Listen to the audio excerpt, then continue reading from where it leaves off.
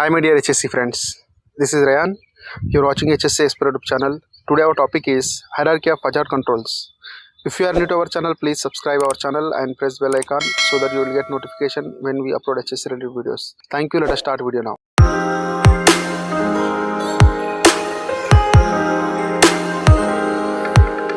My dear friends, in this video we will discuss about hierarchy of hazard controls and its elements with examples in briefly.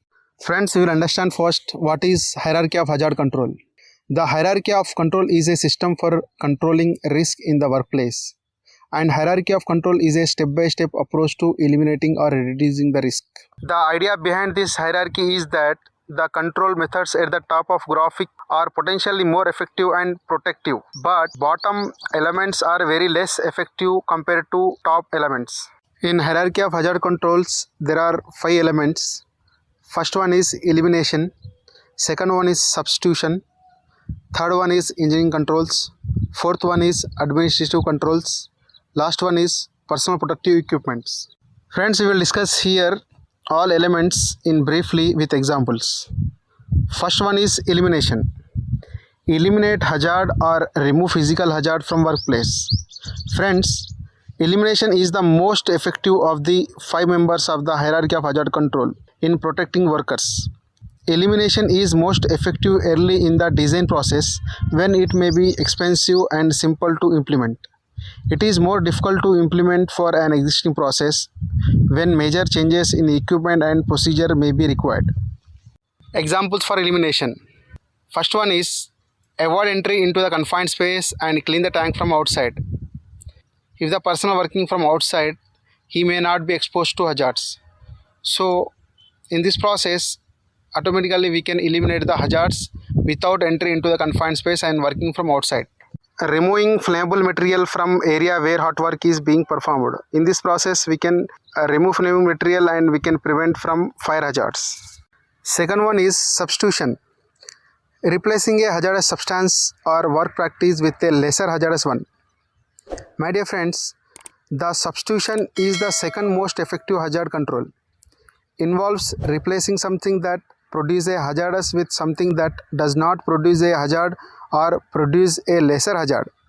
Substitution and elimination are most effective early in the designing process when they may be expensive and simple to implement, while for an existing process they may require major changes in the equipment and procedures. Example for substitutions. First example is substituting a smaller package or container to reduce the risk of manual handling injuries such as back strain. Second example is replace ladder with scissor lift. Third example is substitute solvent based paint with water based paint.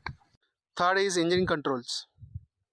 These controls do not eliminate hazards but rather isolate people from hazards. The third most effective means of controlling hazard is engineering controls. Example for engineering controls. Use mechanical devices such as trolley or hostess to move heavy loads instead of manual lifting. Second one is provide guards around moving parts of machinery. Fourth one is administrative controls. Administrative controls are changes to the way of people work. Administrative control are work method or procedure designed to minimize exposure to hazard.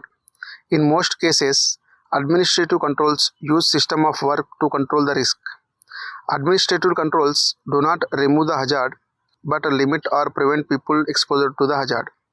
For example, administrative controls include procedures, employee training, and installation of signboards, warning labels. One more example for administrative controls. If the people are working in a hot weather condition for 3 hours, in this situation, there may be chances of increasing heat stress related cases. So friends, in this situation, job rotation is the most effective way to control heat stress related cases. Fifth one is personal protective equipments. The use of personal protective equipment is a way of controlling hazards by placing protective equipments directly on workers' bodies. Do you know friends, PPE is the last line of defense to control workplace hazards. And also PPE is working like a barrier between person and hazard.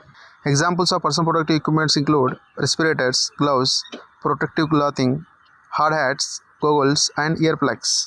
Friends, if you have any doubts, please comment and like, share. Thank you.